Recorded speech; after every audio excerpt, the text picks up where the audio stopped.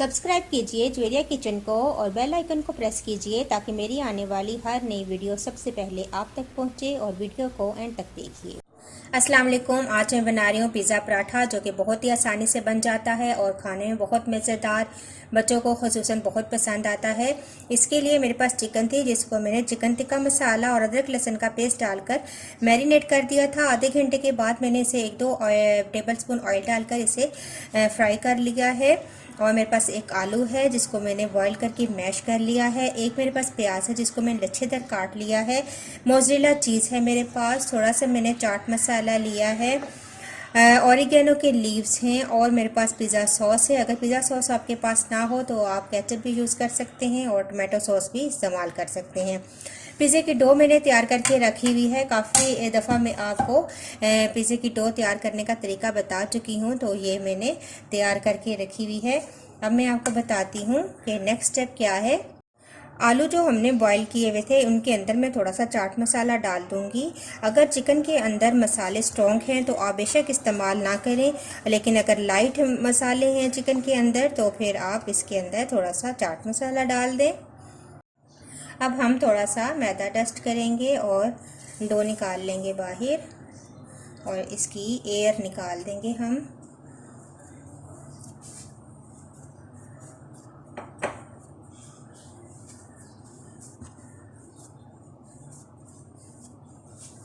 और इसके हम पेड़े बना लेंगे, जैसे हम पराठा या रोटी तैयार करते हैं, इस तरीके से। अब हम इसको बेलेंगे। तवा गरम होने के लिए मैंने रख दिया है और अब हम इस तरीके से रोटी की तरह इसको बेल लेंगे।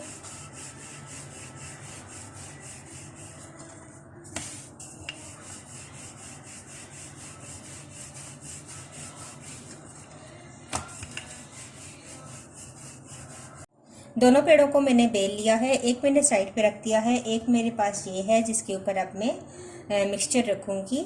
तो सबसे पहले मैं पिज़्ज़ा सॉस लगाऊंगी, नीचे फैला दूंगी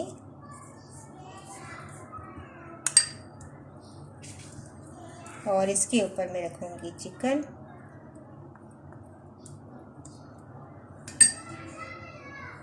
इस तरीके से आप चिकन फैला के रख दें।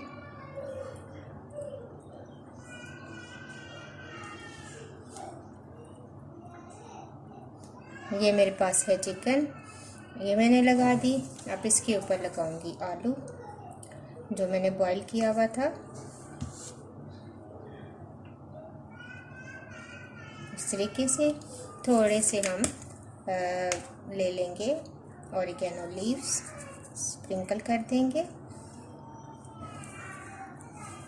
इस तरीके से।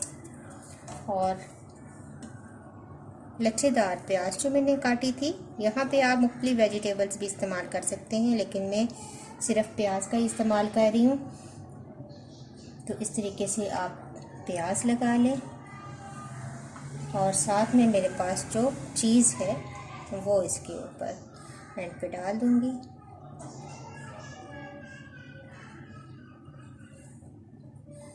और अब जो दूसरा पेड़ा हमने बेला हुआ था वो उठाकर इसके ऊपर इस तरीके से रख देंगे।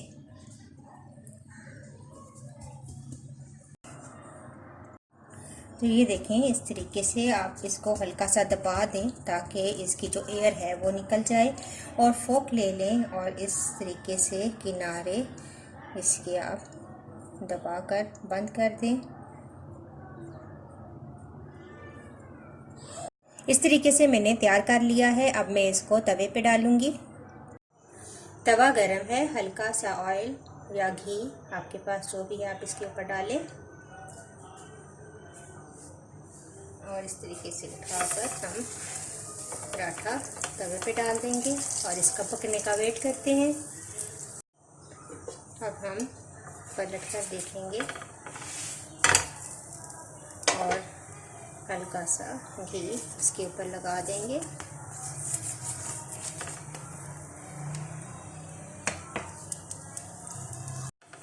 दोनों साइडों पे आप घी लगाएं।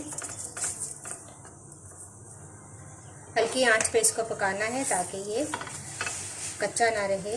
तो ये देखिए बहुत ज़बरदस्त कलर आया है इसका, दूसरी साइड से भी पक जाएगा। तो पराठा रेडी है, उतार लेंगे हम इसे। तो देखिए दोनों साइडों से पराठा बहुत ज़बरदस्त रेडी है। अब हम इसे उतार लेंगे। तो देखिए ज़बरदस्त हमारे पास बहुत ही क्रिस्पी और बहुत मज़ेदार पराठा तैयार हो चुका है।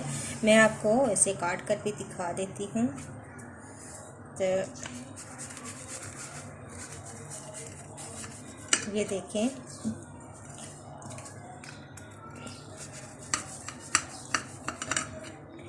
ये मेरे पास पराठा रेडी है। तो ये देखें ज़बरदस्त पराठा रेडी है और आप इसे एंजॉय कीजिए।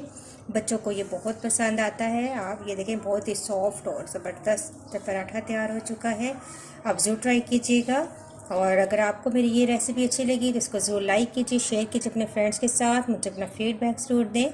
नेक्स्ट वीडियो के साथ दोबारा हाजिर होंगी। अल्लाह हाफिज़।